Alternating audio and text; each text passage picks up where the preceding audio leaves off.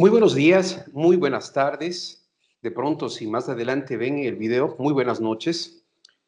En el lugar donde ustedes se encuentren, bienvenidas, bienvenidos a este webinar taller, como lo hemos decidido realizar, para tratar un tema que es de vital importancia dentro de nuestra área laboral, para quienes de hecho somos o trabajamos como peritos, como analistas forenses, de pronto también para quienes están en el ámbito de la ciberseguridad, aunque no tiene nada que ver con la ciberseguridad, no vamos a realizar explotaciones de vulnerabilidades, nada por el estilo, sino netamente hablar sobre todo lo que tiene que ver con la ISO 27037.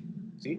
Nuevamente, bienvenidas, bienvenidos a este webinar taller para hablar netamente de este tema que es muy importante en nuestro medio.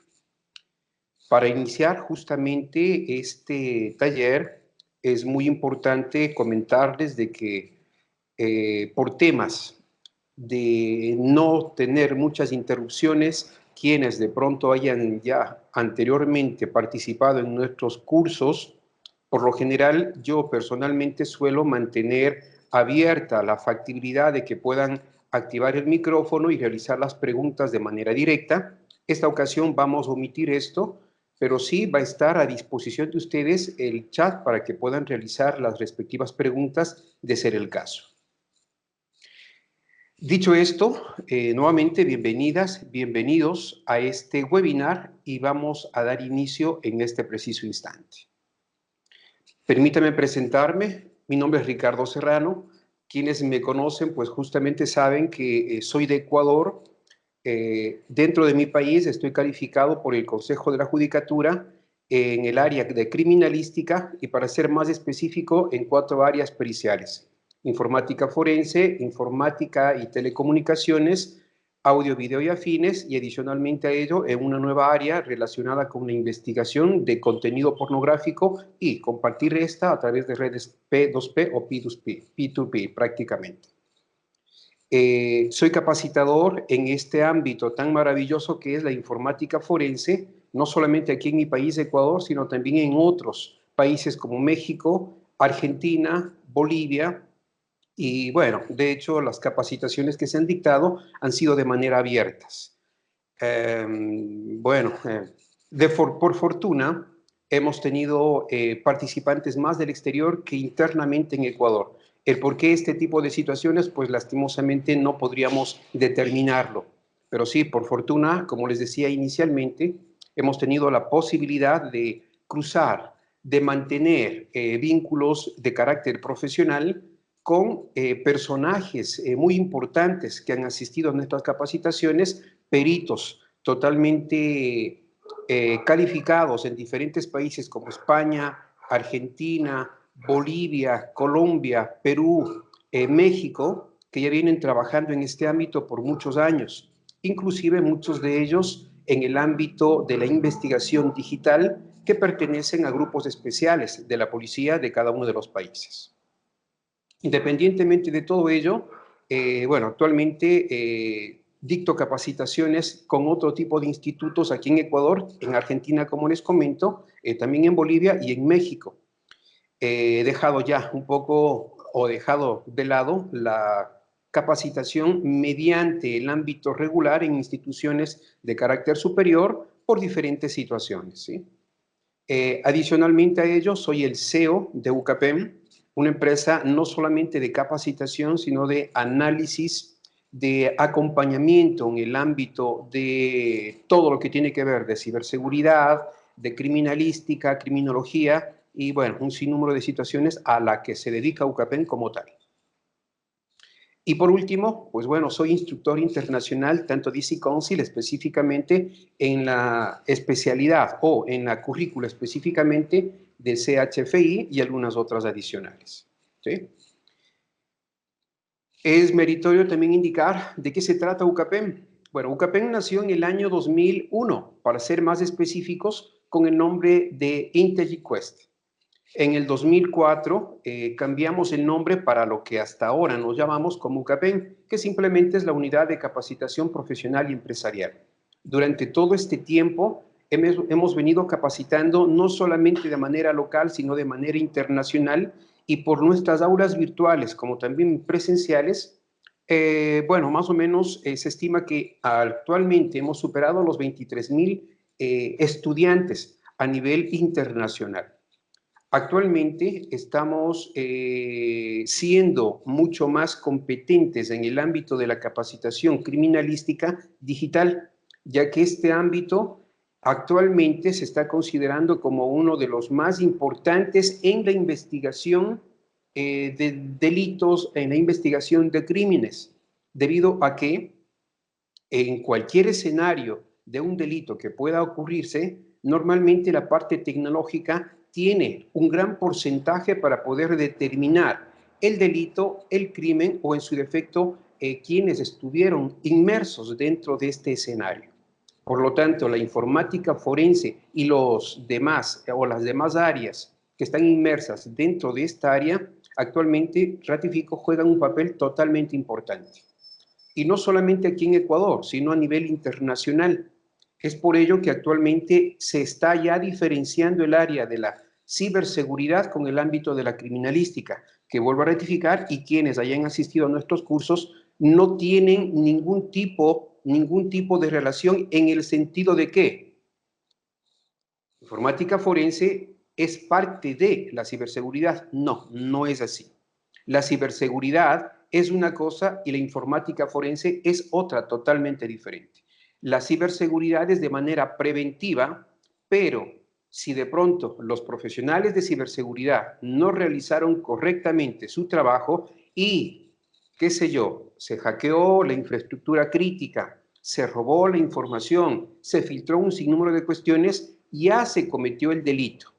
Es allí donde interviene justamente el área de criminalística digital para poder determinar qué, cómo, cuándo, dónde, a qué hora y todo lo demás.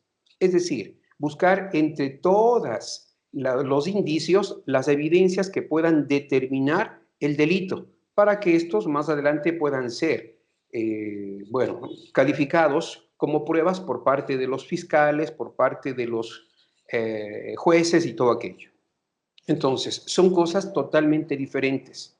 Que de pronto, dentro de la ciberseguridad, se la utiliza la informática forense para poder determinar ciertas cosas, sí, es verdad, pero no es parte de la ciberseguridad. Recordemos, son campos totalmente independientes. Dicho esto, vamos justamente a iniciar el webinar taller que hemos planificado para el día de hoy. Sin antes darles la cordial bienvenida y saludarlos, ¿no? Se encuentran de diferentes países.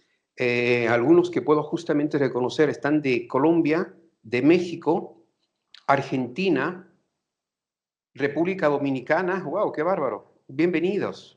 Sí, y todos ustedes, de Ecuador de igual manera, muy buenos días. Bienvenidas, bienvenidos a este webinar taller.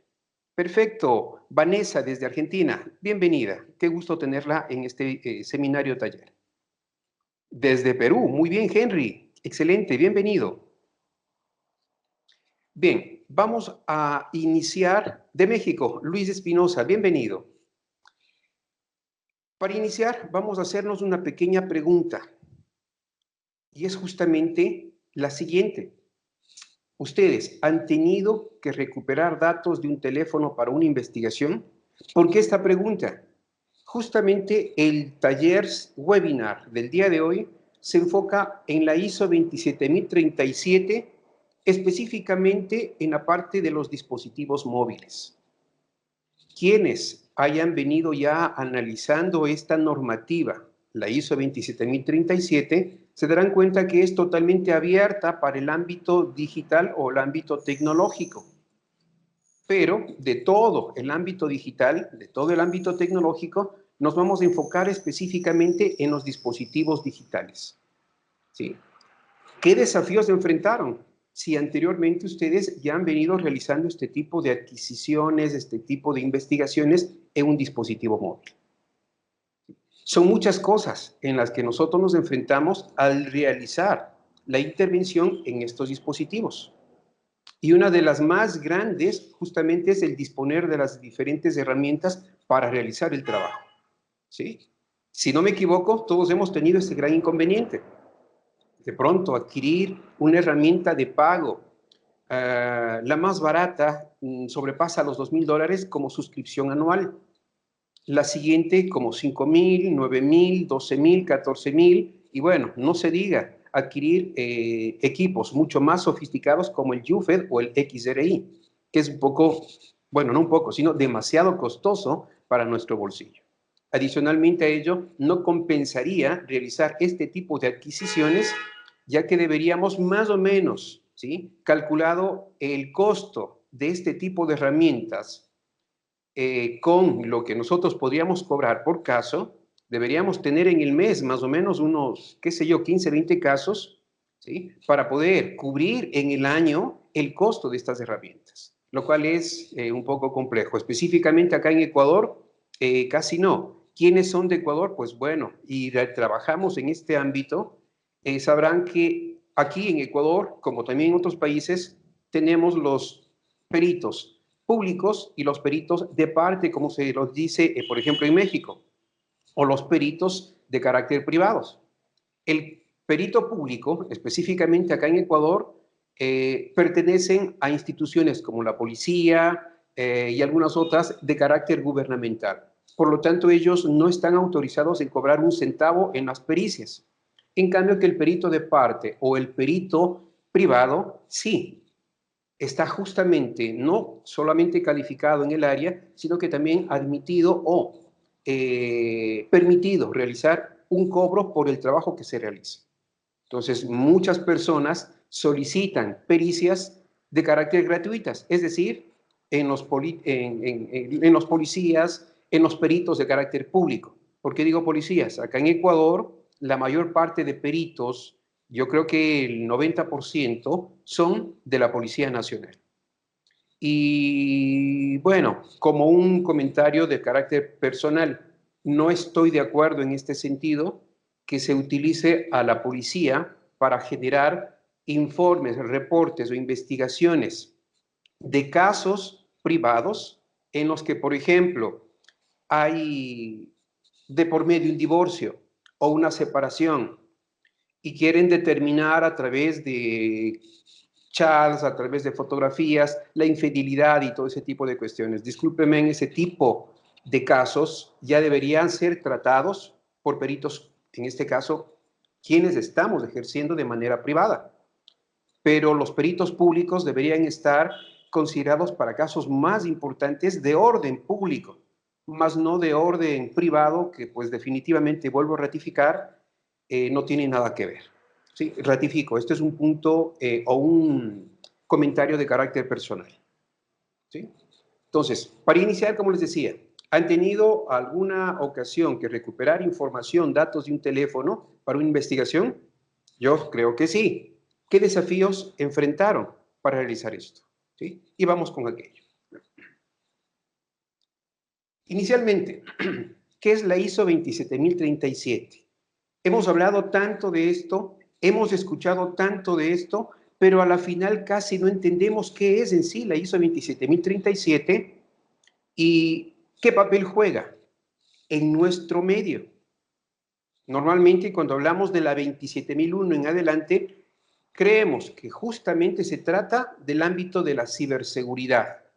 Pero, ratifico, dejemos de lado el ámbito de la ciberseguridad, ya que estos son temas totalmente independientes que, ratifico, no tienen casi nada que ver con la ciberseguridad. ¿Por qué? La ciberseguridad es un tema de carácter preventivo.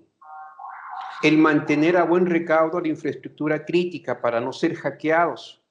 El mantener las respectivas seguridades de usuarios, contraseñas y todo un sinnúmero de políticas. Eso es la ciberseguridad. La informática forense es otro ámbito que puede involucrarse dentro, ¿sí?, de la ciberseguridad posterior a los supuestos eventos que ellos han tenido, como posibles hackeos, robo de información interna y todo aquello. Es decir, cuando ya se cometió el delito, es allí donde interviene la informática forense.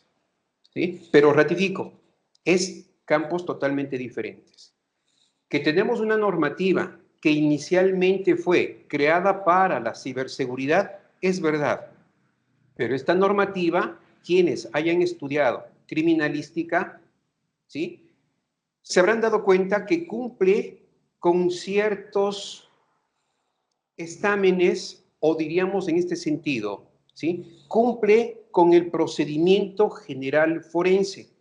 ¿Y cuál es el procedimiento general forense? Pues justamente el adquirir la información, el preservar la información, el analizar la información, el presentar la información. La metodología general forense, que en definitiva son 5 pasos en este caso, ¿no? Pero que esos pasos se los utiliza también en el ámbito informático forense. Debemos cumplir todos estos aspectos para mantener la información como también la fuente donde generó aquel dato, aquella información, aquel indicio o aquella evidencia de manera totalmente protegida. Por lo tanto, la ISO 27037 juega un papel totalmente importante. ¿Qué es en sí? Pues justamente es una normativa internacional, ¿sí? No es una normativa solamente para Europa, no es una normativa solamente para México, que ellos ya tienen, en definitiva, una documentación basada en la ISO 27037 para el manejo de las evidencias digitales, como también lo tiene Argentina, ¿sí? No son solamente para estos países, sino es una normativa de carácter internacional que proporciona directrices para la identificación de la evidencia o del indicio, para la recolección de la evidencia o del indicio, para la adquisición, la preservación, ¿sí? Todo en el ámbito de carácter digital. Y cuando hablamos en el ámbito digital, no solamente es en los dispositivos móviles, sino también en las computadoras, en las laptops, en los servidores, en las cámaras de videovigilancia, en los NVRs y todo aquel aparato tecnológico que cumpla, ¿sí?, cierto tipo de, diríamos, actividades como sistema operativo, memoria, que se conecte a Internet, que pueda almacenar información y todo ese tipo de cuestiones. Porque todo esto de aquí justamente nos da la factibilidad de producir cierto tipo de datos, cierto tipo de indicios que nosotros como peritos podemos catalogarlos como evidencias. ¿Sí? ¿Cuál es el objetivo principal de todo esto? Asegurar su integridad y autenticidad dentro de las investigaciones que nosotros estamos realizando. Quiero enfatizar esta parte, ya que la normativa 27037 es de índole internacional. Por lo tanto, como es una normativa, se la aplica en todos los países, aunque en algunos, y quienes son de México, por ejemplo, tienen la normativa MX, no recuerdo cuál es el nombre en este momento, pero es para la 27037 y aún así no se aplica al 100%. ¿Por qué no se aplica? Porque, por ejemplo, todavía se sigue considerando una captura, por ejemplo, de un correo electrónico, una captura de pantalla de un chat como una evidencia. Entonces, no se está aplicando correctamente porque esa captura, de pronto, solamente para que se mantenga dentro del informe pericial o dentro de la pericial, como la llaman justamente en México, es correcto. Solamente de manera ilustrativa, pero no como una evidencia, ¿sí? No cumple prácticamente lo que nos indica la normativa ISO 27037. Entonces, algo sucede, ¿sí? Tienen ellos una normativa interna basada en la ISO 27037, pero no se cumple. Exactamente, así es, estimado Sergio. No cumple con la evidencia digital. ¿Por qué no cumple? Porque en cualquier momento esa fotografía pudo haber sido, o esa captura pudo haber sido un simple montaje. quienes en este caso son informáticos, saben que existe un sinnúmero de herramientas que nos da la factibilidad de poder realizar montajes, ediciones, si hablamos de dispositivos móviles, inclusive herramientas gratuitas, muchas de ellas que nos permiten simular un chat.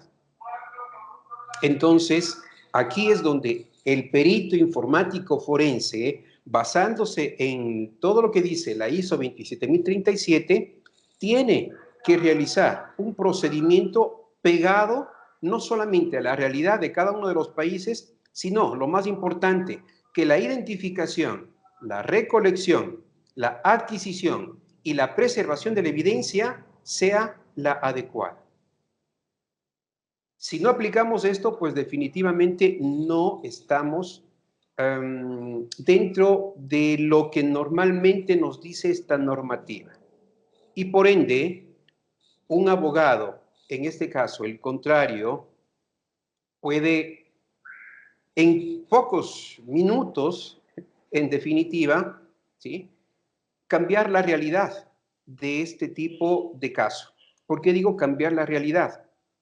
Porque si es un abogado experimentado y que sabe de la normativa, no solamente de la ISO 27037, sino también de la 27042, y un perito presenta como una prueba una captura de pantalla en lugar de, ¿sí?, los hashes que, por ejemplo, es una captura de pantalla de un WhatsApp, ¿sí?, y en lugar de eso, ¿sí?, no presenta los hashes de la base de datos, ¿sí?, no presenta la línea de tiempo del mensaje para corroborar que sí existió en su línea de tiempo y tantas cuestiones, pues definitivamente puede caerse el caso. ¿Y por qué puede caerse? Porque una captura de una pantalla sin que exista la base de datos, sin que exista, en definitiva, las evidencias claves, no sirve absolutamente para nada. Aunque ratifico, en algunos países todavía sigue siendo admitido. Y no nos vayamos muy lejos. Aquí en Ecuador, desafortunadamente, también algunos fiscales, algunos jueces admiten simples capturas como pruebas, lo cual no es lo correcto. ¿Y por qué no es correcto? Pues definitivamente porque estamos transgrediendo todo lo que nos indica la ISO 27037 y adelantémonos un poco con la ISO 27042. ¿Sí? Es muy importante esto. Como una pregunta, y bueno, no como una pregunta, como una reflexión, garantizar la integridad, la autenticidad y la reproducibilidad, ¿sí? Esto es lo más importante dentro de un contexto de carácter legal. Si no cumplimos esto, desafortunadamente no estamos realizando de manera correcta, de manera prudente a la vez, una investigación o una pericia informática de manera correcta. Entonces, consideremos esto. Por lo tanto, la ISO 27037 es importante, muy importante. ¿Se la aplica a nivel internacional? Se la aplica a nivel internacional. ¿Se la puede de pronto excluir de en algún país? Yo diría que no, porque por ende es una normativa internacional que nos permite servir como guía. Adicionalmente a ello, nos dicta ciertos procedimientos que se deben cumplir. No existe hasta el momento algún tipo de ley que nos diga que se tiene que realizar esto, esto y esto. Por lo tanto, la normativa sigue siendo vigente en todos los países, ¿sí? En todos los países, a nivel internacional. Por eso las normativas internacionales. ¿Por qué hago reflexión en esto? El año anterior teníamos una pequeña discusión al respecto con un colega perito y a la vez abogado, y decía que la ISO 27037 no sirve dentro de Ecuador, porque justamente es un perito de Ecuador. Y yo le decía, ¿pero por qué no? Porque es una normativa de Europa, no tiene nada que ver en Ecuador. Yo decía, wow, qué bárbaro, qué tremendo. Es incorrecto, es una normativa internacional. y me refutaba indicándome de que igual, aunque sea internacional, supuestamente no sirve en Ecuador. No se la tiene que considerar en Ecuador. Digo, wow, tremendo. No sé cómo era perito a la vez sin cumplir este tipo de procedimiento. Entonces es un poco complejo, ¿verdad? ¿Sí? ¿Por qué digo complejo? Porque si es un perito y no cumple esta normativa, y si es abogado y tampoco, ¿sí?, da una validez a la normativa, entonces quiere decir de que se puede presentar, según en este caso el criterio de este colega, un informe como quiera, en pocas palabras, una investigación como él se invente, presentar evidencias, ¿sí?, como las que él considera las adecuadas, por lo tanto, saltarse un procedimiento reglamentado dentro de una normativa internacional, pues algo sucede, ¿verdad? No está dentro de lo que normalmente se debería aplicar como directrices, bases necesarias e importantes en nuestro trabajo, en nuestro contexto. Entonces, por lo tanto, consideremos esto. No es un simple capricho de varios de nosotros como peritos o profesionales del área, sino que son definitivamente directrices que se las deben aplicar. Es muy importante aquello. ¿Sí? Entonces, la ISO 27037 es una normativa internacional que proporciona, como lo decía hace unos minutos atrás, unas directrices para identificar, recolectar, adquirir y presentar evidencia digital en contextos legales. ¿Cuáles son los retos de la evidencia digital en dispositivos móviles? Específicamente, ¿sí?, aplicándolas a la ISO 27037. Hay retos, hay muchísimos. Quienes de pronto ya vienen realizando pericias en dispositivos móviles se habrán dado cuenta que existen un sinnúmero de problemas, ¿sí?, un sinnúmero de inconvenientes. Uno de los principales inconvenientes es no disponer de las herramientas adecuadas. Y normalmente esas herramientas, por lo general, siempre son de pago. Adquirir, como les decía hace unos minutos atrás, herramientas de pago sin que en el año podamos nosotros devengar por lo menos el costo de la herramienta, pues definitivamente no sería un buen negocio. Hablemos así de manera totalmente directa. Pero existen estas herramientas, como es normal, en la mayor parte de instituciones de carácter gubernamental, como también en algunas empresas que son grandes y se dedican a estas áreas. Como es normal, van a tener un poder adquisitivo mucho más amplio y adquirir licencias, por ejemplo, las de Mobile Edit, de carácter profesional, que están como $5,000, o las de Mobile Edit Ultra, que están como $9,000 anualmente, fíjense, anualmente. Entonces, ellos sí van a poder. Pero el resto de peritos que no pertenecen a una empresa y son privados, incurrir en esta inversión no sería lo más adecuado. Entonces, ahí se han visto, ¿sí?, dentro de diferentes retos para poder adquirir ese tipo de evidencia. Independientemente de aquello, de igual manera, con ciertas herramientas de pago también tienen diferentes retos. No es de que todo sea totalmente completo y que nosotros tengamos esa información así por así, ¿no? ¿Por qué les digo esto? Por ejemplo, hablemos de Celebrate, específicamente la herramienta UFED, tiene diferentes problemas en algunos dispositivos. No le permite realizar la adquisición, la imagen completa. Cuando se realiza la imagen completa, sí, y esto muchos de los peritos lo saben, UFED tiene una programación interna de una redundancia cíclica de archivos que, por ejemplo, cuando está en el 5, 10% y se produce esa redundancia cíclica y no puede copiar, simplemente ignora. Y ese archivo ignorado se puede visualizar dentro del log de adquisición, indicando de que definitivamente no se pudo copiar. Perfecto. Pero ¿qué sucede con aquellos archivos que ya superaron el 50% de adquisición y después, por ejemplo, el 52% inicia el problema cíclico de que no le permite copiar? ¿Qué sucede? ¿Será que se ignora y también se puede verificar en el log de adquisición? No. Lo que hace Jufed es mutilar el archivo, copia lo que pudo recuperar y lo deja prácticamente como un archivo válido. Si no me creen y quienes tienen la factibilidad de realizar una adquisición mediante el Jufed, hagan las pruebas. ¿Sí? Pero sería recomendable que antes de la adquisición realicen un pre-hash y puedan posteriormente a la adquisición cotejar esos hashes si coinciden en el 100% de archivos adquiridos con Jufed.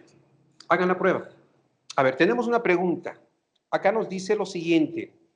Sergio, desde Argentina. Nuevamente, bienvenido, Sergio. Los países deben incorporar a través de una ley el uso de normas para tener mayor respaldo digital. Claro que sí, deberían. ¿Sí? Ya lo hizo Argentina hace 1 año y medio atrás. Excelente.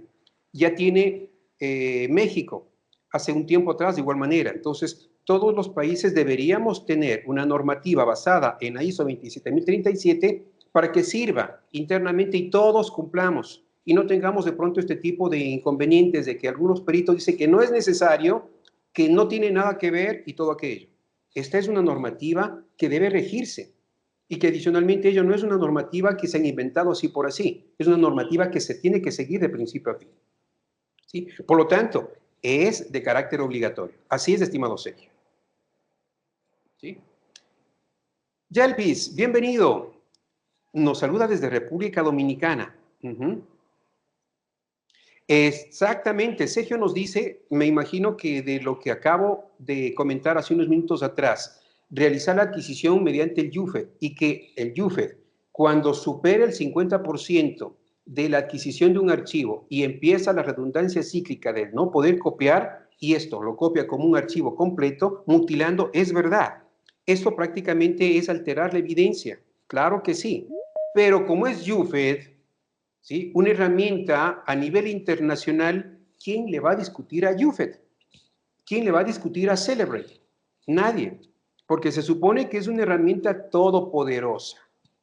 ¿Sí? Pero ojo, les comento esto, si tienen ustedes el Jufed, hagan la prueba. No me crean a mí, vayan directamente a la práctica y verifiquen si es verdad lo que estoy indicando.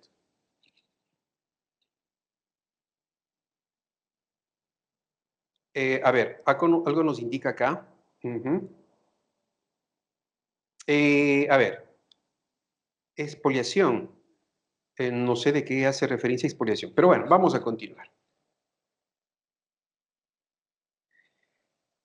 A ver, no tengo nadie acá. A ver, permítame un momentito. Dice que se le ha cerrado una sesión a alguien y que no puede ingresar. Permítame simplemente un segundo, ¿sí? Perfecto. Ya está. Muy bien. A ver. Bien, perfecto. Marcelo Montiel nos dice, Argentina está adherido a través de la norma Irán ISO 27037. Tengo esa duda. No recuerdo, la verdad no recuerdo actualmente cómo se llama esa normativa interna, que justamente la sacaron, si no me equivoco, fue 3 meses después del supuesto atentado que sufrió la ex vicepresidenta, Cristina Kirchner.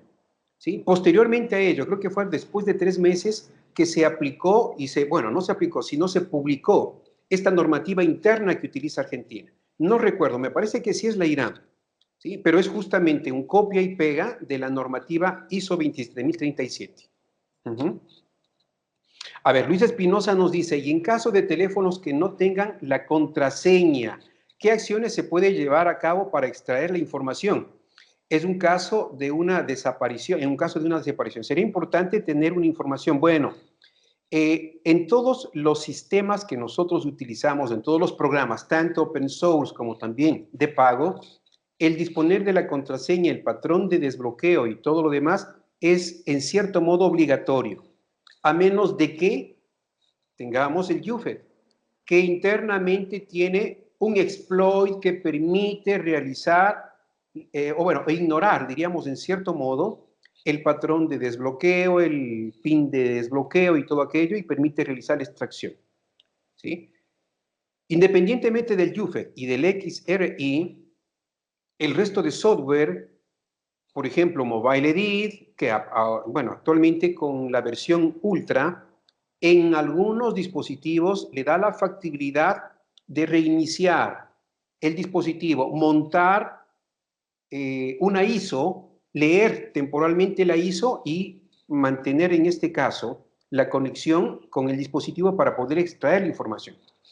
Pero aquí estamos prácticamente yéndonos en contra de una de las políticas. ¿Y cuál es eso? No reiniciar el dispositivo porque se eliminan ciertos logs, ciertos datos que se encuentran en la memoria RAM del dispositivo.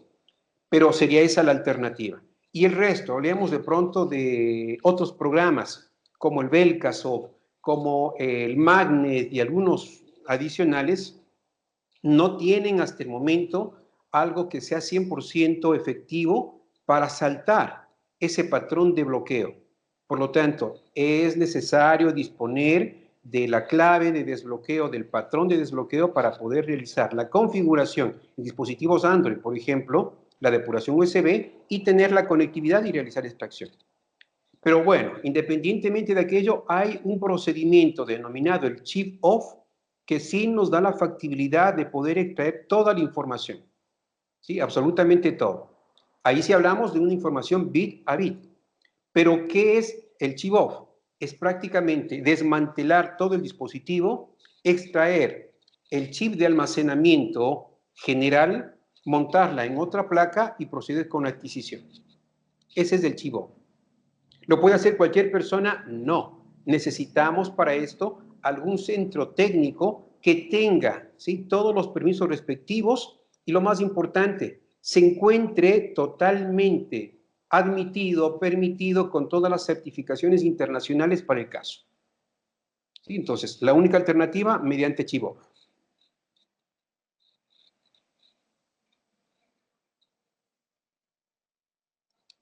Perfecto. Hay un participante externo, nos dice, alteración de la evidencia que le resta valor probatorio y donde no hubo intención. Exacto, así es.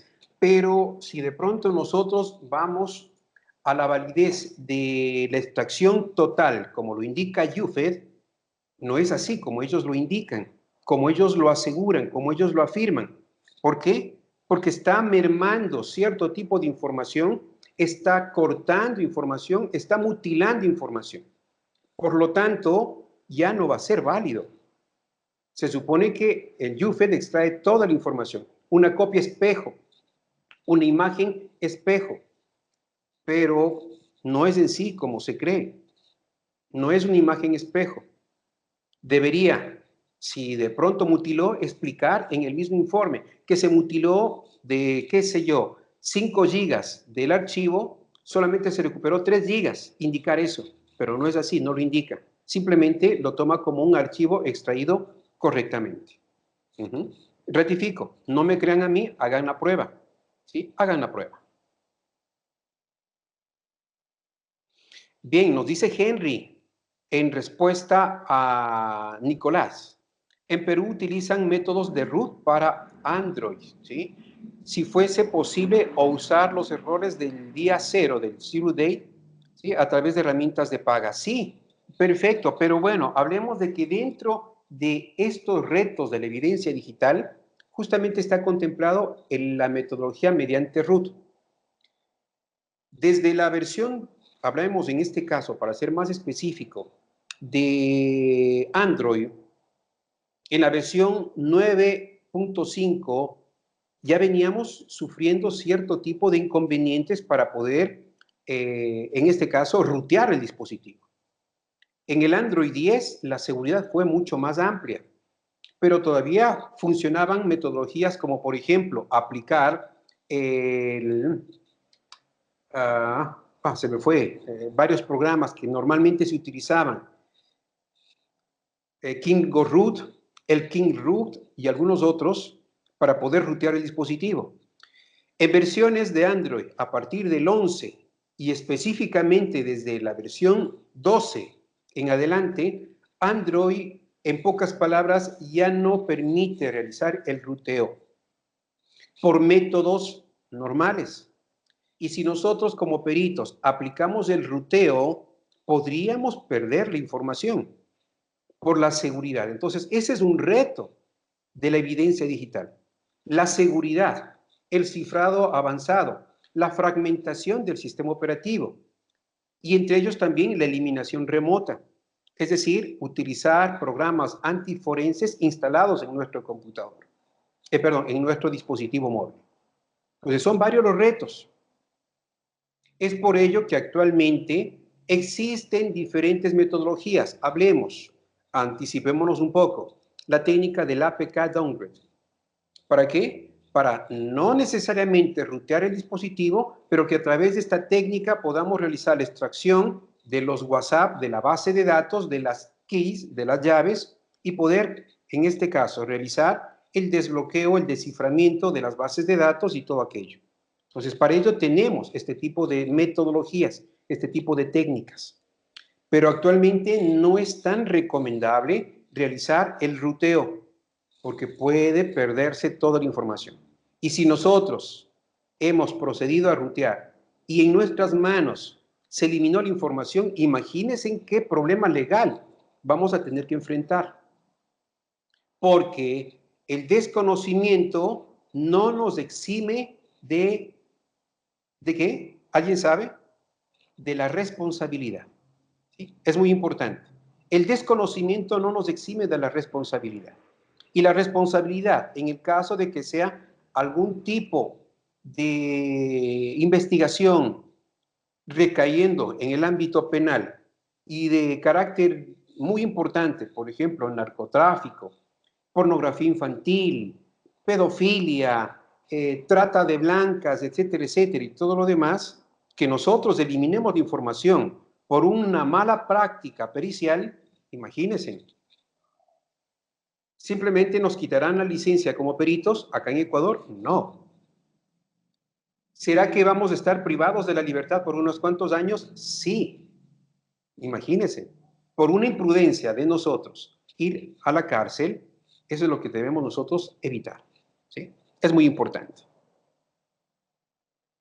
¿Qué más nos indica acá? Perfecto, César nos indica que en México se utiliza la NMX-1-289 del 2016. Exactamente, muchas gracias, César. Así es, nos recordaba la normativa, que prácticamente es la ISO 27037, pero con algunas pequeñas, no modificaciones, sino anexos iniciales aplicados a México. Pero aún así ratifico, todavía siguen en México siendo o realizando peritajes mediante simples capturas y calificándolas como prueba.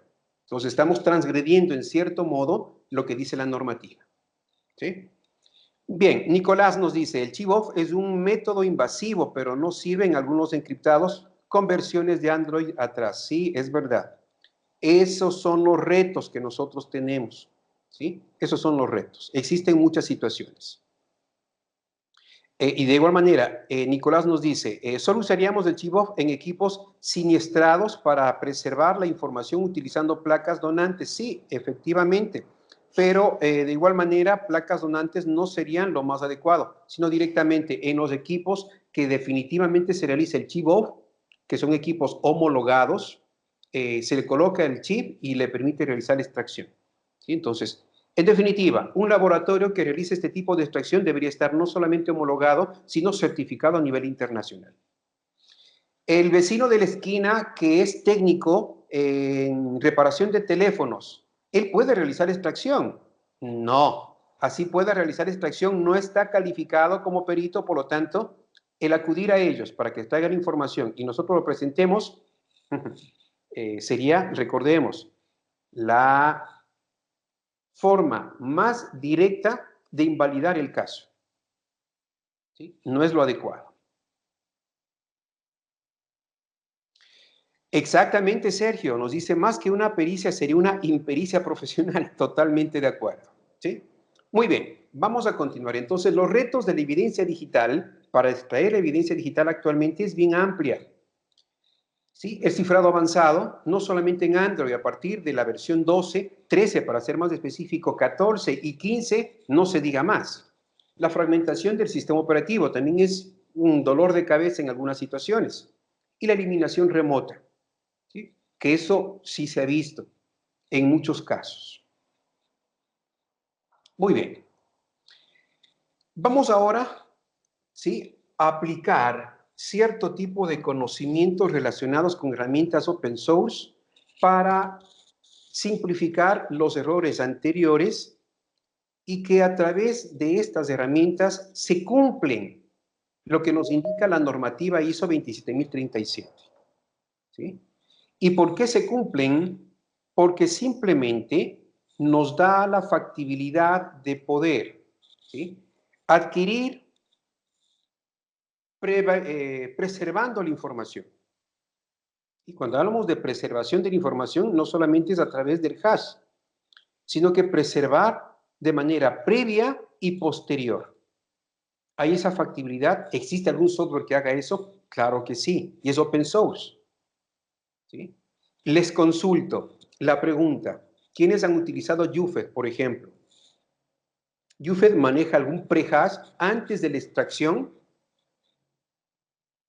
Si pueden escribir su comentario y la respuesta sería excelente. ¿Quiénes han utilizado UFED? ¿Quiénes han utilizado Mobile Edit? ¿Quiénes han utilizado Belkasoft? Magnet. ¿Qué otro programa más me hace falta?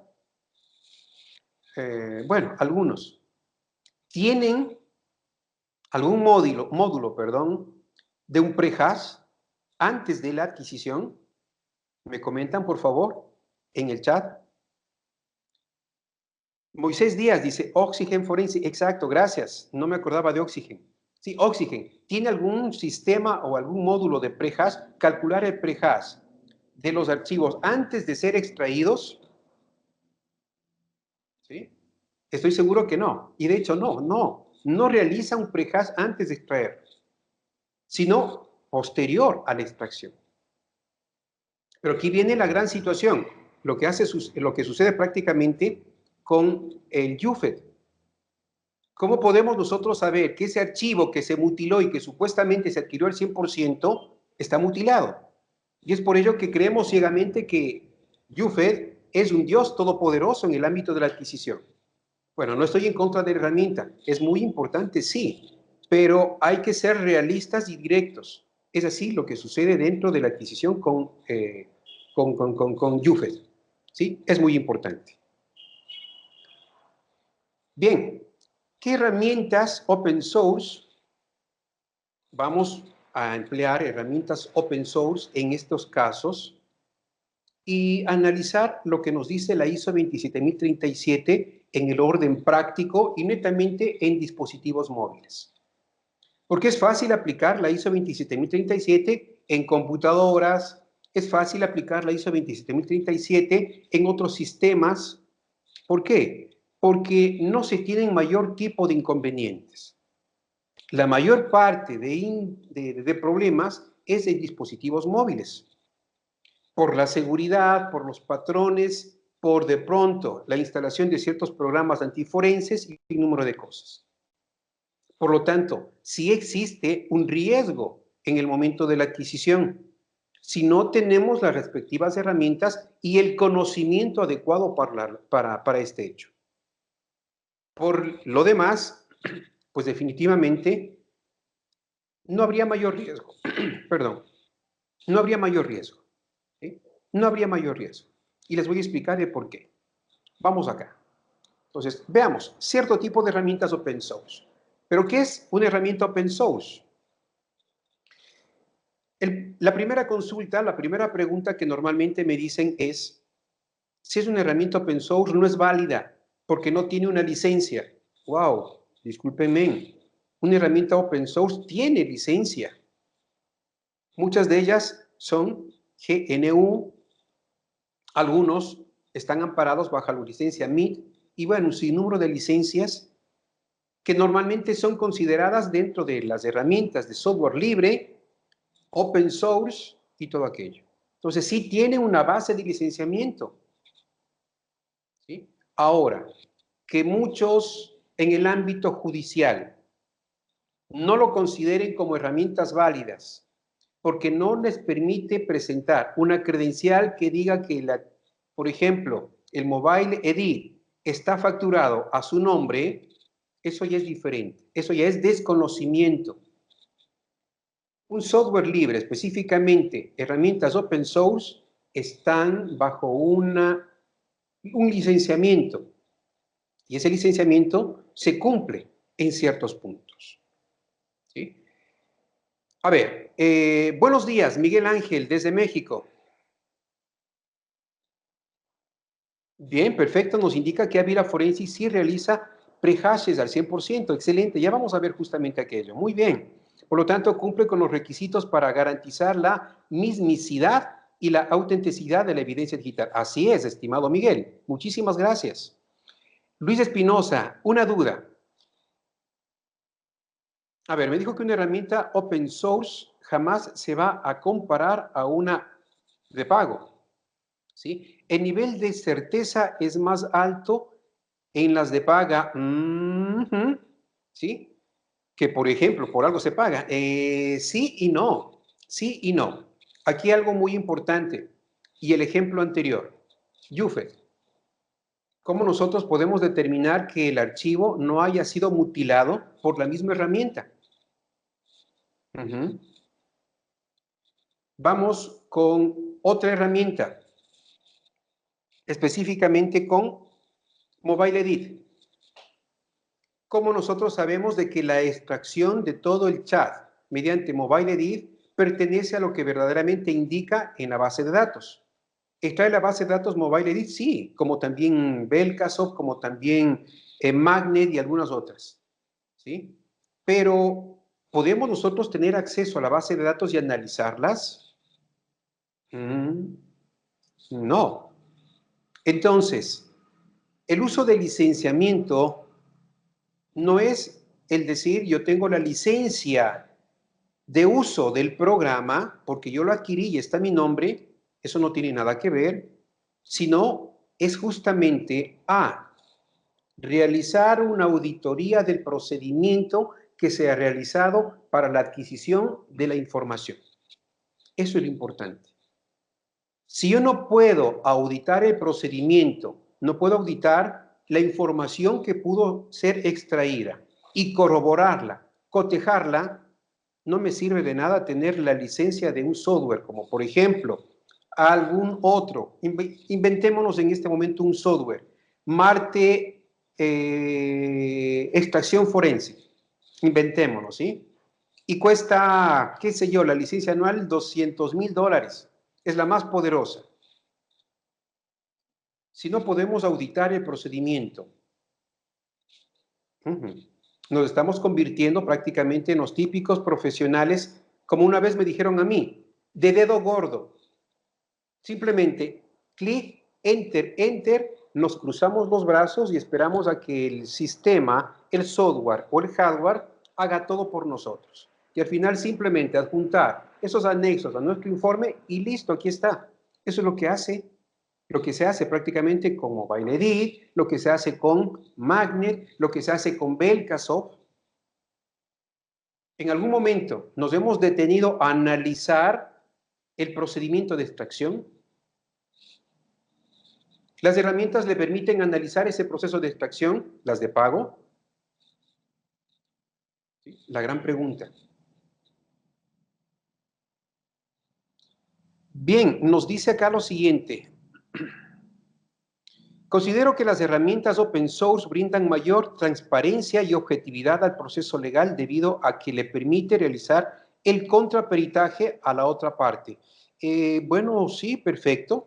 Independientemente de lo que nos indica Juan Durango, las herramientas open source nos permiten analizar en su código fuente, ya cuando procedemos a hacer un análisis más profundo, claro está, la técnica que está empleando para realizar la adquisición, lo cual no podemos hacer en herramientas de pago. Imposible que ellos nos den la orden o nos compartan el código fuente para poder analizarlo. No, es imposible. Entonces, independientemente de aquello que sí podemos analizar profundamente en el código, cómo se está extrayendo, independientemente de aquello, valga la redundancia, nos da la factibilidad de poder cotejar los datos. Y eso es lo más importante. Ahora, ojo, ¿sí? Muy importante en lo siguiente. Independientemente de la herramienta que utilicemos, el cotejar el código hash de una imagen, ¿sí? O un backup extraído de un dispositivo móvil, como ByleDig, con Belkasov, con Magnet, con Ávila Forensic y con cualquier otro programa, de un momento a otro no es la misma. Por lo tanto, si queremos cotejar la imagen forense extraída, cotejar el hash, y no coincide, no es de que haya habido una alteración, ¿sí? En el sentido de alteración quiero decir de que alguien modificó de manera manual y todo aquello. No, no, no, no, para nada. No coincide porque internamente los registros logs siguen funcionando. Y así se haya agregado un punto dentro de ese log, el hash ya no coincide. Por lo tanto, no se realiza el cotejamiento, ¿sí? Verificando el hash de esta imagen adquirida por X perito y el hash de esta imagen adquirido por el otro perito. No. Pero si el dispositivo se encuentra en modo avión, así se encuentre en modo avión, inhibido el laboratorio donde se va a extraer y todo aquello, no coincide para nada. ¿El por qué? Les vuelvo a explicar. Porque los registros log siguen trabajando y siguen almacenando información. ¿Dónde se tiene que cotejar? En los archivos extraídos. Es allí donde existe el verdadero cotejamiento. ¿Sí? Entonces, muy importante esto. Es por ello que el prehash se convierte en una de las técnicas de preservación más importantes. ¿Sí? El prehash, recuerda. A ver, el nivel de certeza lo debe garantizar en el primer momento quien realiza la pericia a través de su expertise. Sí, así es, así es. Pero también no nos olvidemos, a nivel de qué cotejamos, a nivel de qué datos, pues justamente lo que estamos nosotros investigando, lo que hemos extraído y hemos catalogado como evidencia para pasarla al fiscal, al juez, para que ellos le cataloguen o le califiquen como una prueba. Es a ese nivel donde nosotros debemos, ¿sí?, mantener la seguridad a través de los hashes. Estamos hablando de cadena de custodia acá y preservación a la vez. Ah, perfecto. Henry Nicolás dice que aquí decimos peritos de cable USB. Perfecto, muy bien. A ver, nuevamente nos dice, según la ISO 27037, el principio de confiabilidad refiere a que la metodología utilizada debe ser auditable. Perfecto, muy bien, totalmente auditable y reproducible. Perfecto. Entonces, fíjense que esta normativa no solamente es en Europa, es a nivel internacional, porque si no podemos nosotros realizar esa auditoría y repetir la técnica o repetir en este caso la adquisición, no sé en qué ISO nos estamos nosotros normando. Entonces, eso es muy importante, ¿sí? Perfecto, muy bien. Adicionalmente a ello, dice una vez más, Ávila Forensic, Ávila Open Source, sí cumple con este principio mediante los logs generados. Perfecto. El prehash y el hash posterior. ¿Sí? Y bueno, ya vamos a ver un ejemplo. Perfecto, muy bien. Luis Espinosa, con Ávila es posible obtener datos borrados. Ojo, muy importante. El Ávila Forensic lo que hace, como el resto de programas, es adquirir información de manera lógica. Cuando se adquiere de manera lógica, el software que permite realizar el análisis e indexación es el que se encarga de recuperar la información borrada en ciertos directorios o en ciertos dominios, para ser más específico. ¿Sí? ¿Eso qué quiere decir? que no solamente puede ser Ávila Forense, sino cualquier programa de extracción de información, ¿sí? Extrae datos de ciertos directorios que en muchas ocasiones son protegidos por el sistema y que programas de indexación son los que se encargan de recuperar esa información eliminada. ¿Sí? Entonces, lo importante es en la imagen que se ha extraído del dispositivo. Si la imagen que se ha extraído del dispositivo no tiene, escuchen bien, no tiene o no consta en esa imagen directorios ocultos del sistema, es normal, no va a poder extraerse la información borrada, porque lo único que va a extraer es de lo que se encuentra en la caché o en los directorios donde normalmente tenemos acceso. Pero aún así, dentro de esos directorios, cierta información sí puede ser recuperada. Por lo tanto, diríamos que en cierto modo sí y no. Pero ratifico, ¿qué programa le da la factibilidad de extraer toda la información? Los de indexación. Por ejemplo, aquí vamos con IPED, que le permite realizar la extracción, la indexación de la información extraída mediante cualquier técnica de los dispositivos. Ya vamos a eso. Daniel Hernández nos dice, solo funciona en discos protegidos contra escritura. Aquí se deben coincidir los hashes de la imagen inicial contra nuevas imágenes forenses extraídas posteriormente, ¿sí? Pero recordemos, los hashes de los datos, de las evidencias que hemos extraído, no los hashes de la imagen o del backup como tal. ¿Por qué no del backup? Porque, como les dije hace unos minutos atrás, varía de un segundo a otro. ¿Por qué? Porque los logs siguen funcionando y siguen almacenando información. Entonces, eso es muy importante que ustedes deban considerar, ¿sí? Por lo tanto, herramientas que normalmente queremos nosotros hacer hincapié, está Ávila Forensic para la extracción de datos, de imágenes de Android como también de iOS. Otro software que también es muy bueno y es netamente para la extracción de imágenes lógicas en iOS es UFADE, un excelente programa, ¿sí? Que justamente lo estoy indicando acá. Y para el análisis como tal, la indexación de los datos, la extracción, perdón, la recuperación de datos eliminados, tenemos IPED. IPED también es una herramienta open source similar a Aptopsy. ¿Sí? Similar a Aptopsy, pero desde mi punto de vista, mucho mejor que Aptopsy. ¿Por qué? Quienes ya han utilizado o quienes han asistido a nuestros cursos y han visto la potencia de IPED, lo pueden confirmar. ¿Sí? IPED no solamente nos da la factibilidad de manejar grandes volúmenes de datos, sino que nos permite realizar un carving profundo de los datos. Y en el carving profundo de los datos se encuentra justamente el éxito para poder recuperar la información eliminada. ¿Sí? Entonces, ¿existe la factibilidad de recuperar datos eliminados? Sí, de los directorios que han sido recuperados mediante el carving profundo de datos. ¿Y qué programas lo hace eso? Pues justamente el IPED. ¿Sí? Consulta. ¿Han utilizado herramientas de código abierto? Bueno, independientemente de todos nuestros 10 alumnos, que muchas gracias por su participación en este webinar, quienes no han sido nuestros estudiantes, ¿han utilizado herramientas forenses open source? ¿Qué ventajas, ¿sí?, han visto ustedes frente a las herramientas de pago? Los leo, por favor, en los chats, en los mensajes de chat. Adicionalmente a ello tenemos la cadena de custodia, que es parte de lo que nos indica la ISO 27037. ¿Sí? Cadena de custodia, ¿es muy importante? Claro que sí. Sin una cadena de custodia, pues definitivamente no estamos haciendo nada. La cadena de custodia es múltiple. ¿Por qué digo múltiple?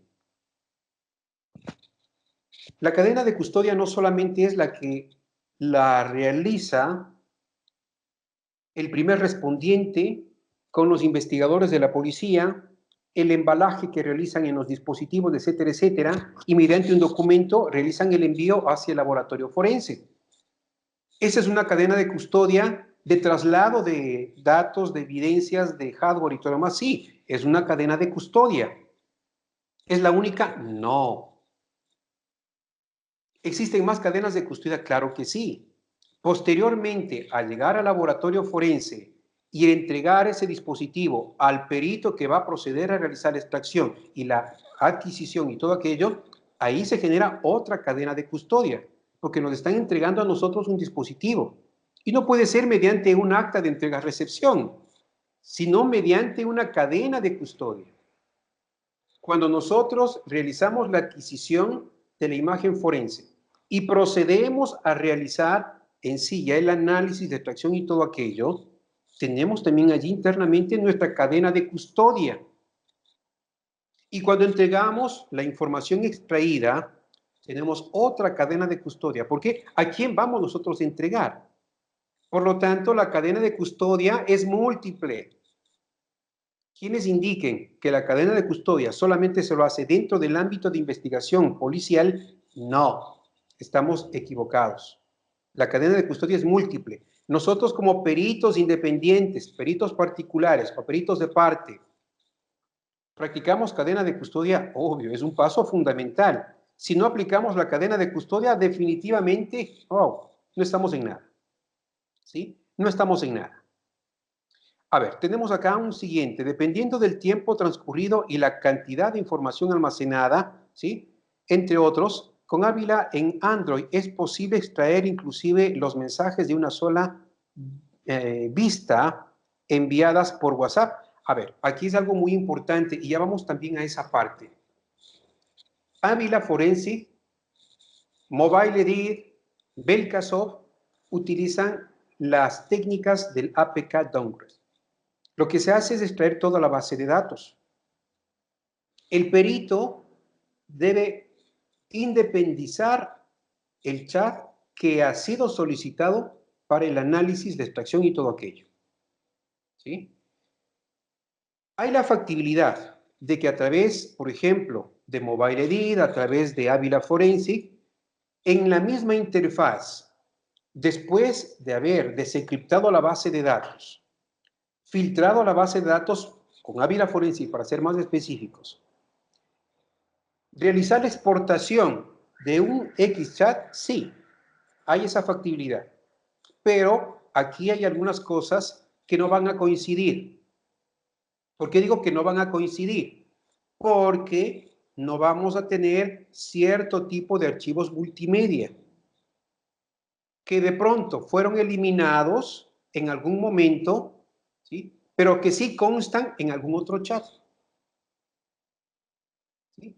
Se genera esos links dentro de la base de datos. ¿Se lo puede extraer? ¿Se los puede cotejar? Sí. Pero, ratifico, sí hay la factibilidad de poder individualizar un chat después de que hayamos extraído la base de datos, después de que hayamos nosotros desencriptado, después de que hayamos leído la información a través de Ávila Forensic, sí hay esa factibilidad. Pero ciertos datos se van a ignorar en cierto modo. Es por ello que tenemos justamente otros programas para la indexación total, entre ellos IPED, como les había comentado hace unos minutos atrás.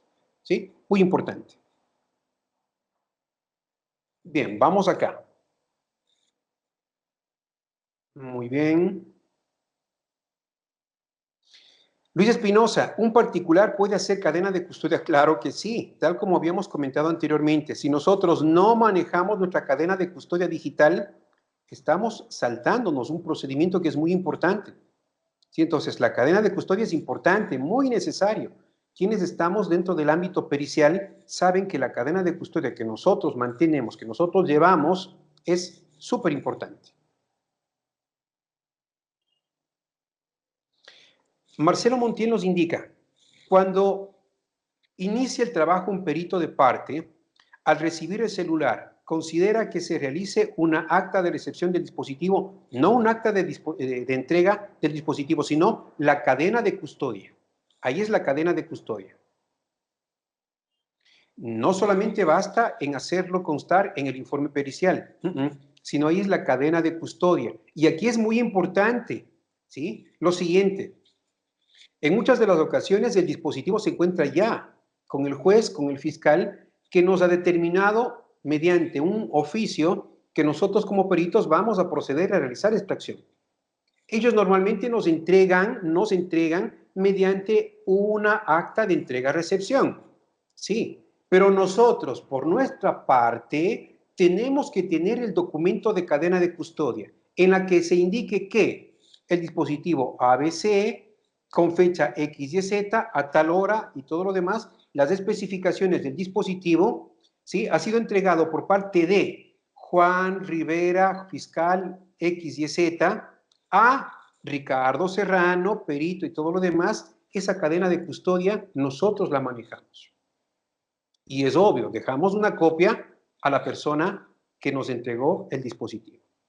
Entonces, obvio, ellos no nos van a dar mediante cadena de custodia. No nos van a entregar el dispositivo mediante cadena de custodia, sino mediante un acta de entrega-recepción. Es nuestra obligación realizar la cadena de custodia. Pero a veces hay de manera negativa, ¿no? Yo me he encontrado en algunos casos. No, yo no puedo firmar ese documento. ¿Pero por qué? Es un documento obligatorio para nosotros. Solamente de esta manera yo puedo corroborar mediante cualquier tipo de problema posterior que pueda existir a que usted me entregó este dispositivo. Adicionalmente a ello, usted se va a quedar con una copia. No va a haber ningún tipo de ilegalidad, ¿sí? O algún tipo de modificación posterior, porque usted va a firmar en el documento. Yo voy a firmar en el documento, ¿sí? Y posteriormente a ello, sacamos una copia y tenga su documento. Ahí está. Entonces, no puede existir ningún tipo de adulteración. Por lo tanto, la cadena de custodia es muy importante, ¿sí? Es muy importante.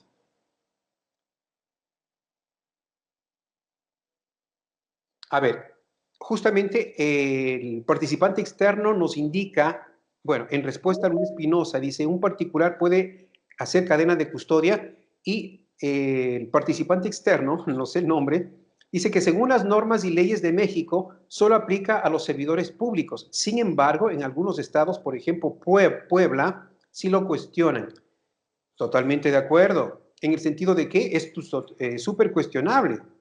No solamente el servidor público realiza o debe realizar la cadena de custodia. No, nosotros como peritos estamos en la obligación de realizar la cadena de custodia.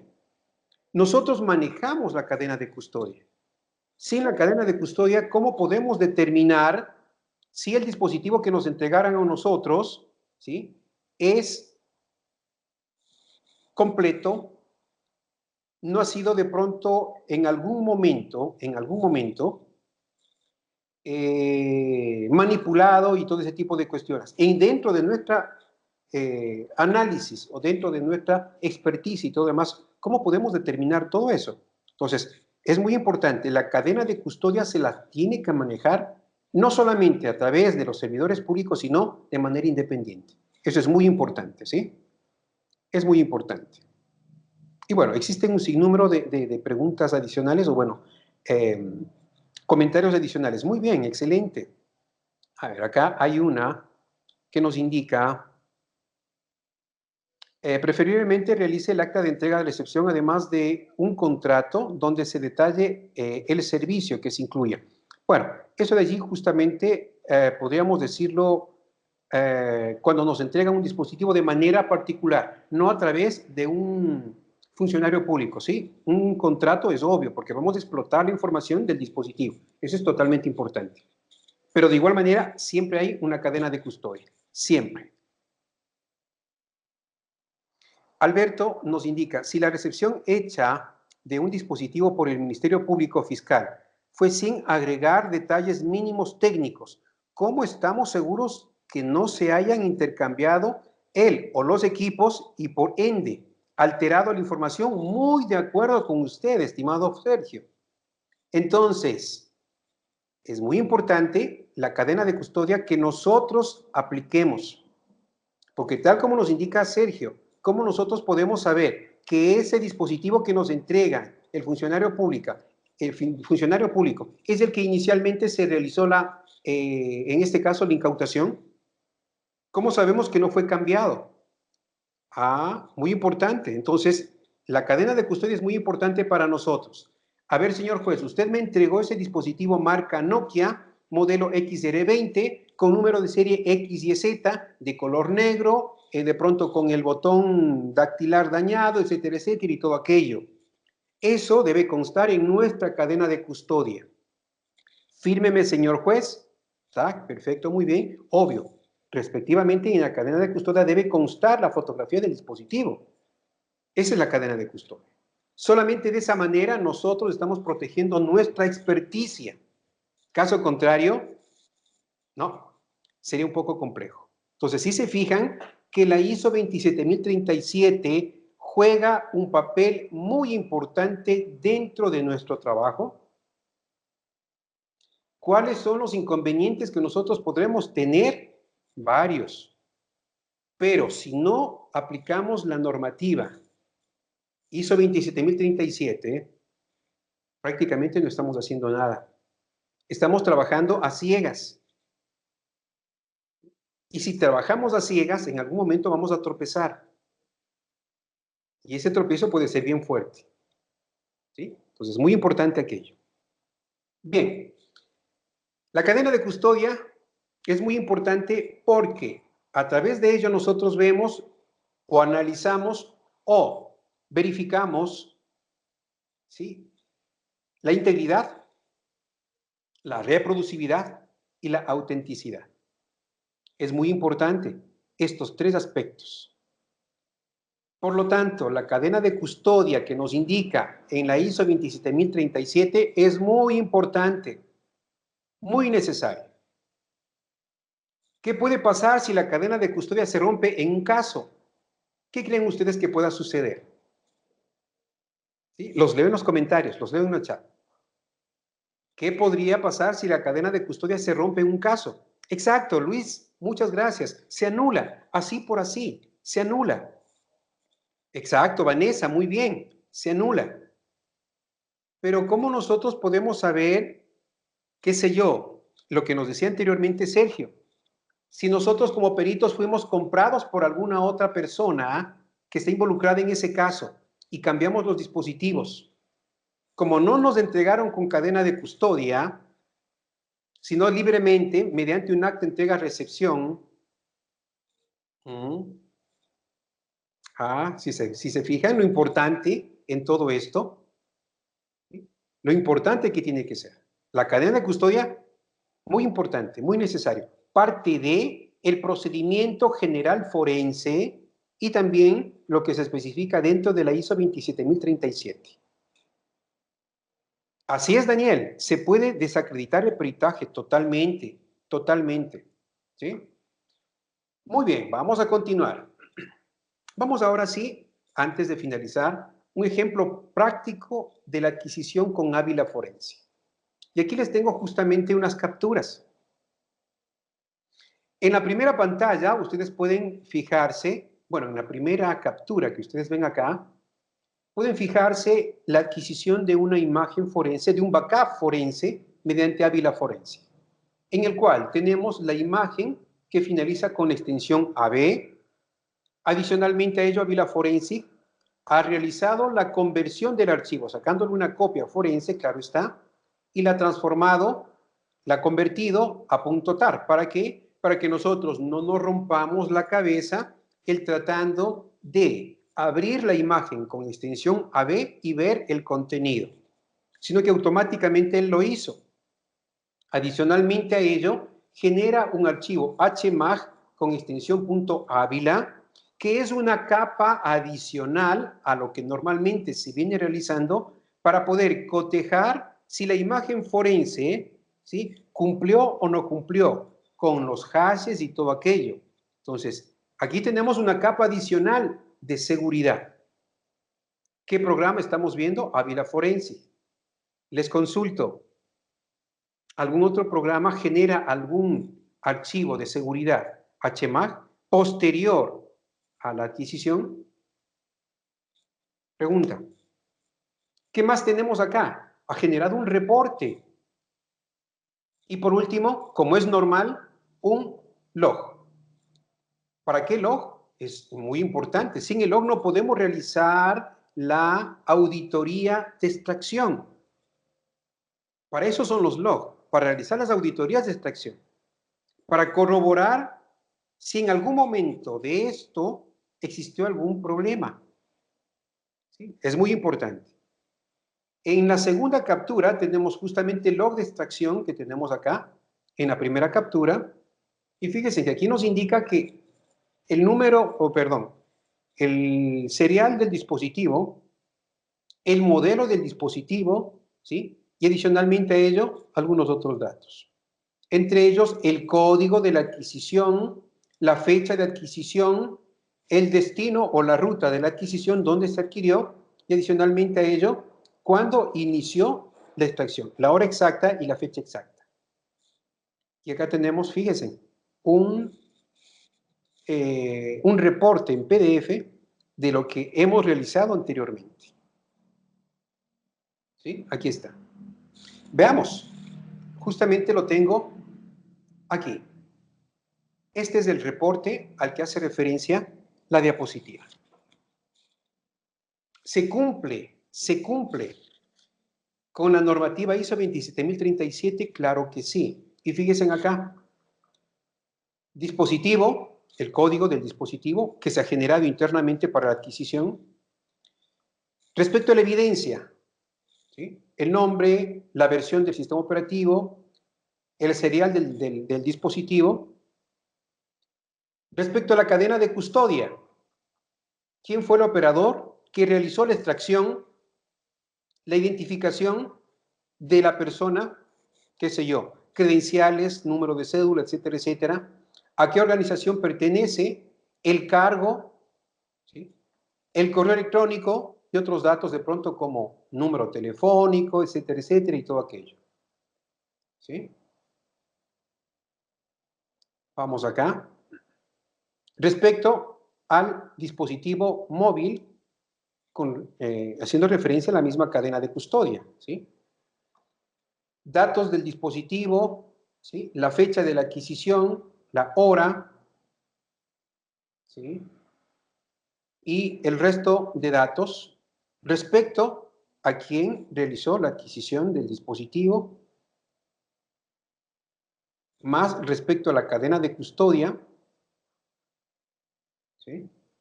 Y por último, ¿sí?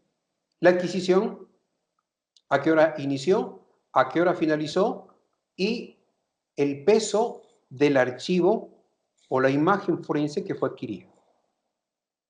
Adicionalmente a ello, los hashes que se han calculado en torno al archivo en AB, tanto en MD5, en SHA-256, lo mismo, en MD5 del archivo TAR, del archivo convertido, en el hashes de MD5, en SHA-256, del archivo log, de igual manera, el hash es en 255, en 256, ¿sí? Y lo más importante, la metodología empleada. Aquí está. ¿Sí? Cumple con lo que dice la normativa internacional totalmente. Aquí tenemos parte de la cadena de custodia, ¿sí? El trabajo que realiza y debe realizar todos los programas de adquisición, fundamentándose en la ISO 27037. ¿Sí? Muy bien. Eso en el ámbito de la adquisición. Ahora, el análisis es otro procedimiento. La indexación es un procedimiento previo al análisis de los datos que nosotros hemos adquirido.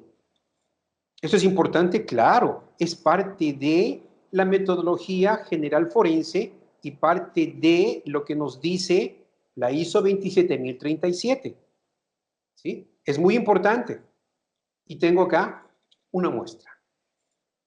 ¿Qué programa he utilizado para indexar esto? Pues justamente IPET. Es un software libre, open source para ser más específico.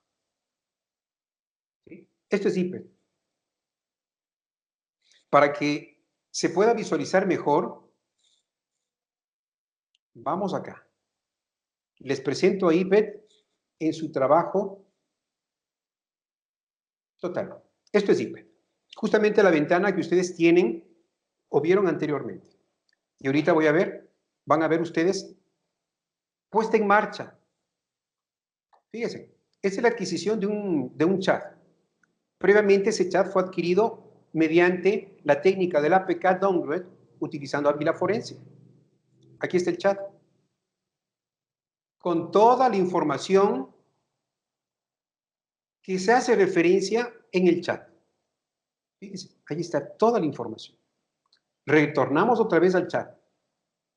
El chat que prácticamente es similar a lo que tenemos en el dispositivo, es decir, el teléfono móvil está acá, con toda la información que se ha generado. Absolutamente todo. ¿Sí? Adicionalmente a ello, perdón, aquí en mensajes instantáneos encontramos cierto tipo de chats que fueron eliminados y que se pudieron recuperar mediante la adquisición de la base de datos general, no la base de datos residual. ¿Sí? Cierto tipo de mensajes, perdón, que fueron eliminados. No al 100%, pero sí un buen porcentaje. Independientemente de aquello, se mantiene absolutamente todos los datos que hacen referencia a ese chat individualizado. Ahorita estamos solamente viendo un chat individualizado. No están todos los chats, sino solamente los que se hace referencia en el pedido. Si, por ejemplo, nos vamos a los archivos multimedia, cada archivo, independientemente de lo que se puede visualizar, se mantiene bajo una estricta cadena de custodia y una preservación a través de los códigos hash. En este caso, MD5. Aquí nos dice el tipo de dato que es, de qué se trata, y tenemos inclusive más información acá. ¿Sí? No, pero el hash MD5, ¿sí?, es no tan admitido actualmente. Allá, perfecto, no es tan admitido actualmente. Entonces vamos con el SHA-1. Tampoco, porque ya existe cierto tipo de no adulteraciones, sino de colisiones. Ah, perfecto, muy bien. Entonces ahora sí, con el hash 256. ¿Estamos conformes o pedimos más? Y esto lo hizo directamente IPET al momento de indexar la información. ¿Sí? Más información de los metacaracteres. ¿Qué estoy tratando de decir con esto? De que las herramientas que nosotros utilizamos de pago u open source, como en este caso, deben cumplir de principio a fin las normativas, estrictamente la ISO 27037. Si no se cumplen las normativas, vamos a estar en aprietos. Nuestro trabajo en cualquier momento puede ser no solamente desacreditado, sino nos pueden acusar de fraude procesal. ¿Y qué es el fraude procesal para nosotros? ¡Wow! Imagínense, es tremendo. ¿Sí? Por lo tanto, ratifico, muy importante que debamos realizar un procedimiento pegado a lo que dicen las normativas internacionales, no pegado a nuestro posible criterio y lo que pensemos de cuál debería ser un tratamiento de los datos. No debemos transgredir una normativa, a menos de que el país tenga sus propias normativas y se obligue mediante una ley a cumplir las mismas. Pero no creo que un país hasta el momento se haya inventado alguna normativa que no esté dentro de la 27037 para el manejo prácticamente del dispositivo y las evidencias, la adquisición de evidencias. ¿Sí? Es muy importante. Tenemos un mensaje, Frank.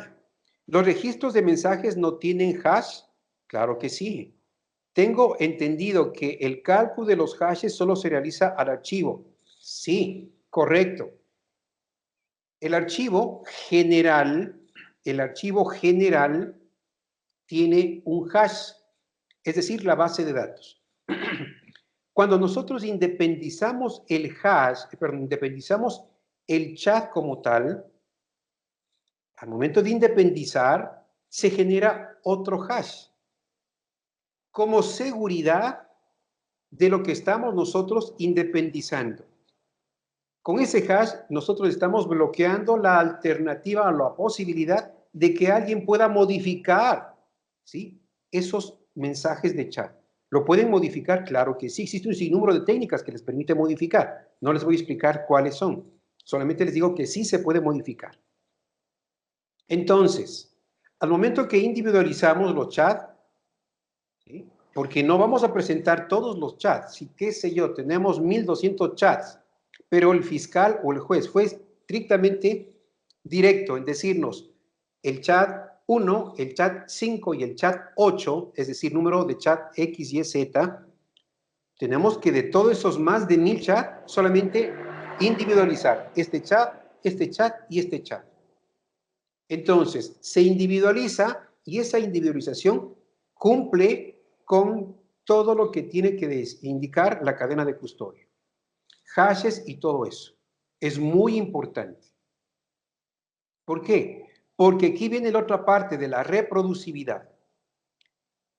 Si el otro perito extrae la información, ¿sí?, mediante la misma técnica del APK downgrade, ese dispositivo no se ha modificado para nada, no se le ha quitado el modo avión y todo aquello, es decir, no se generó ningún chat adicional en lo que nos dijo que extraigamos, el chat final, perdón, el hash final tiene que coincidir. Si no coincide, ahí sí estamos en aprietos. ¿Por qué? Porque en algún momento de el trayecto de la investigación pasó algo. Los chats ya no tienen que modificarse. A ver, pero Ricardo dijo hace unos minutos atrás que la imagen que se extrae de un teléfono móvil no coincide, es verdad, no coincide, pero ¿por qué no coincide? Porque los logs de auditoría interna van funcionando de principio a fin. La única manera en la que se para es cuando el teléfono se ha apagado. Pero si el teléfono así se encuentre inhibido, se encuentre con el bloqueo, con, en este caso, modo avión y todo aquello, los hashes siguen trabajando. Por ende, sigue almacenando los datos. La imagen como tal, el hash de la imagen no va a coincidir. Pero si yo extraigo la base de datos total del WhatsApp y después otro perito, y después otro perito, y después otro perito, los hashes deben ser iguales. ¿Por qué? Porque el WhatsApp es un servicio que no está en constante actualización. Y se actualiza solamente cuando se recibe un mensaje o se envía un mensaje. Pero como nadie puede manipular el dispositivo, por lo tanto, los hashes deben mantenerse. Si no coinciden los hashes, entonces ahí sí viene ya la investigación más interna. Cotejar en qué parte, mediante la línea de tiempo, ¿sí?, se modificó la base de datos, se envió un mensaje o se recibió un mensaje. Por lo tanto, fíjense, en la cadena de custodia es muy importante. El manejo de la línea de tiempo más que importante, súper necesario, ¿sí? Pero las bases de datos que nosotros generamos por cada una de las individualizaciones también tienen que coincidir. Recuerden, ahí viene justamente la parte de reproducibilidad. Como nos decía justamente Miguel, la mismicidad de los datos, ¿sí? Entonces, acá tenemos justamente esa información. Bien, toda esta información que nosotros tenemos acá y que el día de hoy se lo ha presentado, bueno, modestia aparte, se encuentra dentro de un ebook que hace unas semanas atrás había publicado y de manera práctica se indica qué es lo que tendríamos que realizar y poner énfasis más específicamente, ¿sí? Independientemente de aquello, pues justamente es la apertura a un curso que más adelante vamos a dictar respecto al manejo de la ISO 27037 de manera práctica en dispositivos móviles. ¿Para qué? Para preservar toda la información y lo más importante, nosotros como profesionales del área podamos cubrirnos las espaldas, porque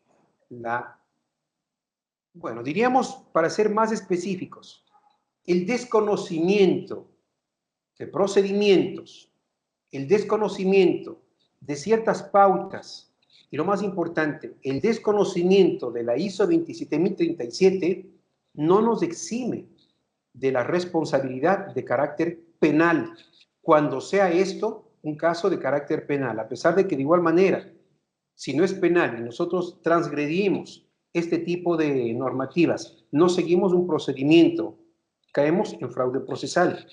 Y si el fraude procesal, dependiendo en cada uno de los países, ¿sí?, es complejo, no solamente podemos ser vetados de manera definitiva como peritos, sino que estamos nosotros enfrentando ahí un problema de carácter penal y por ende vamos a ir a la cárcel. Es muy importante que consideremos esto, ¿sí? Alguien me comentaba por allí, según lo que pude más o menos ver, respecto al ebook. Bueno, de hecho prácticamente es este que se encuentra acá. Es ISO 27037, evidencia digital en la práctica, un enfoque específicamente en dispositivos móviles. ¿Sí? Son varias páginas, ahí se especifica, bueno, de hecho toda la información que nosotros debemos manejar ratificó en torno a la ISO 27037 y uno que otro procedimiento que debemos nosotros considerar. ¿Para qué? Para no transgredir y no irnos fuera de lo legal en estos casos. ¿Sí? Perfecto. ¿Alguna consulta, alguna pregunta? En este momento los puedo leer mediante el chat. Con gusto vamos a tener unos minutos para poder despejar las dudas. Veamos, tenemos acá una consulta. Rodolfo, bueno, si de pronto ustedes están dentro de nuestro canal de Telegram, se encuentra un vínculo. Caso contrario, de igual manera, les comparto en este preciso momento el link donde pueden ustedes realizar la adquisición.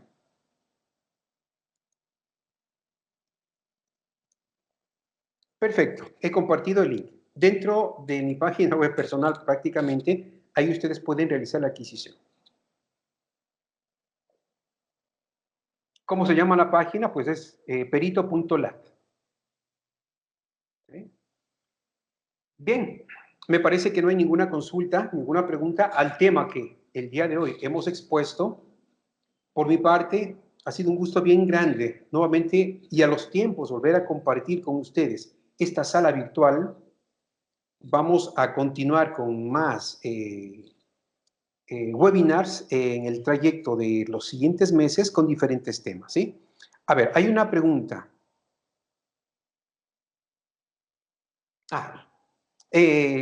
Participante externo, muchas gracias como siempre. De igual manera, gracias a ustedes por estar aquí. Tomarse el tiempo, ¿sí?, de dejar de pronto sus quehaceres o un poco a la familia para poder estar presente en este webinar técnico o webinar prácticamente casi práctico que hemos mantenido el día de hoy. Gracias a ustedes. Tenemos una pregunta. Luis Espinosa, manera de confirmar si se hace la extracción de la base de datos de WhatsApp y se obtiene el hash, después otro perito hace lo mismo, ¿debe coincidir el hash? Claro que sí, porque estamos extrayendo la base de datos y esa base de datos no se ha modificado absolutamente para nada desde el preciso momento que se ha realizado la incautación del dispositivo. ¿Sí?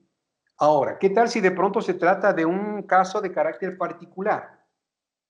Como es un caso particular, nosotros no podemos, ¿sí?, realizar la incautación del dispositivo, aunque si es algún, qué sé yo, el problema un poco fuerte, el juez debería determinar la adquisición, perdón, la incautación del dispositivo y por ende cumplir con todos los protocolos de cadena de custodia.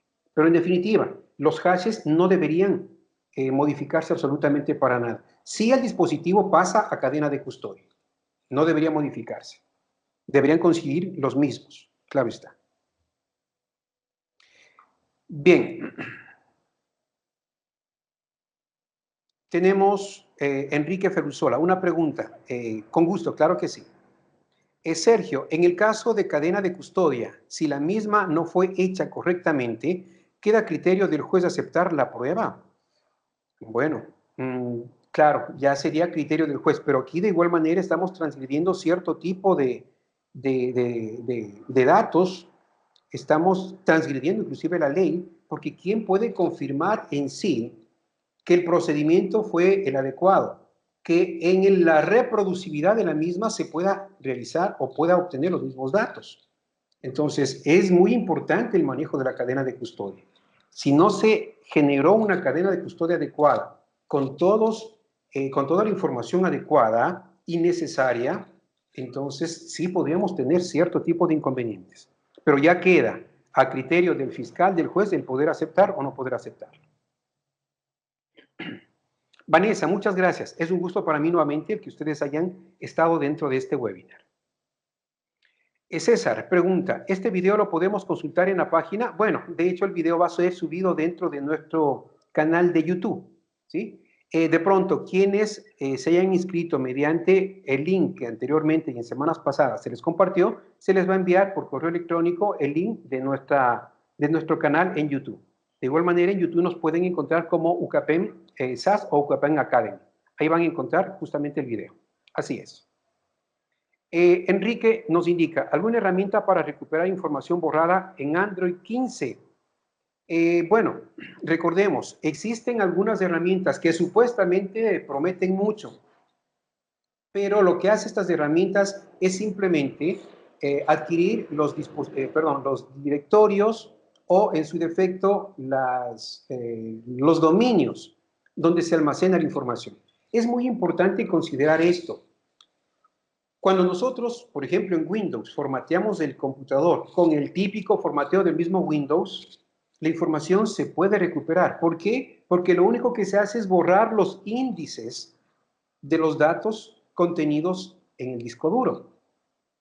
Si nosotros formateamos, la información se mantiene allí, a menos de que reemplacemos con los mismos nombres de directorios y mismos nombres de los archivos de información. Solamente allí se va a reemplazar. Pero si formateamos y no hemos hecho nada que simplemente formatear, podemos recuperar la información al 100%. Lo mismo en los dispositivos móviles. En directorios que normalmente están protegidos por el sistema, vamos a poder encontrar nosotros información que en algún momento existió, como por ejemplo, miniaturas de pantalla, los mismos archivos iniciales de imágenes, de video y todo aquello. Y sí vamos a poder recuperar.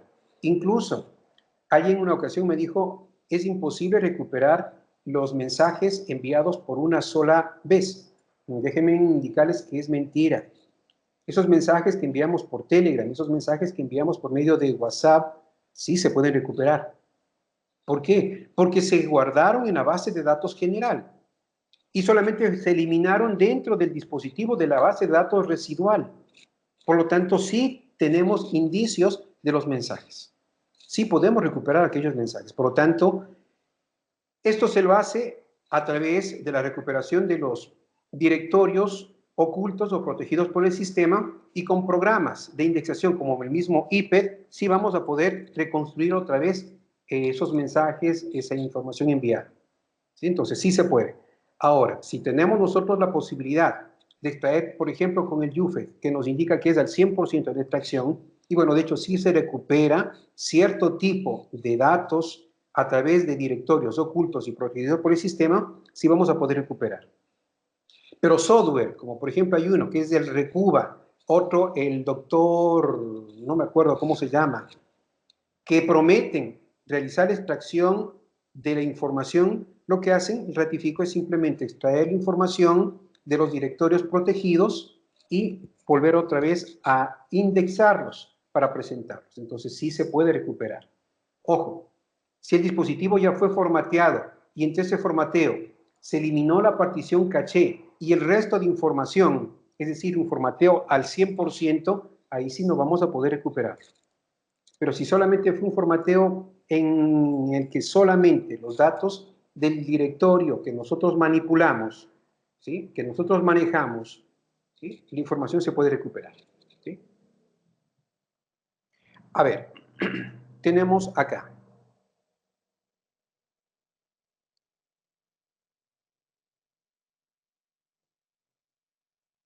Un gusto bien grande para Freddy, un abrazo a la distancia. Saludos a Guatemala.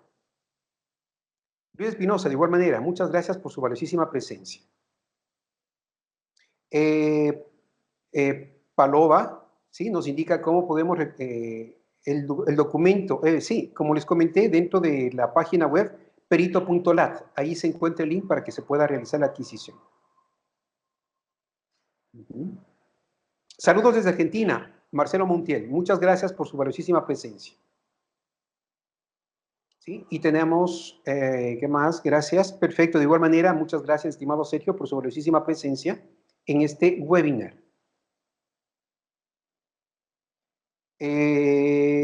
Ciberperitaje Solution, ¿qué certificaciones internacionales recomienda?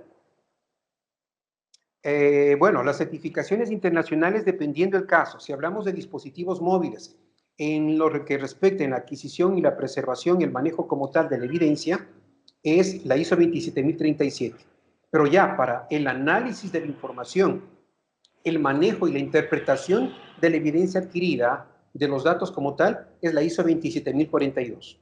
Estas dos normativas siempre van de la mano. En nuestro caso, como peritos informáticos forenses, peritos en audio, video y afines, o peritos del área. La presentación, bueno, de hecho, este video va a ser subido más adelante en nuestro canal de YouTube.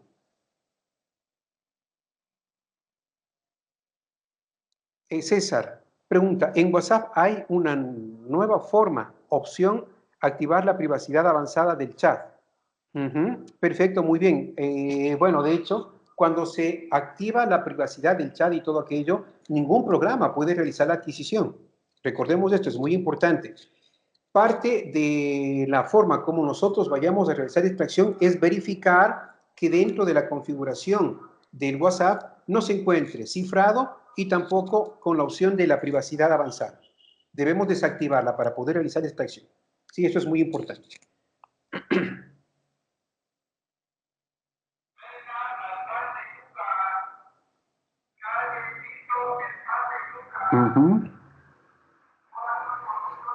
Luis Espinosa, ¿hay un descuento por alumno de UCAPEM? Bueno, sí, sí tienen un descuento. Pueden escribirme por interno y con gusto se les puede asignar el descuento. Excelente, sí, perfecto.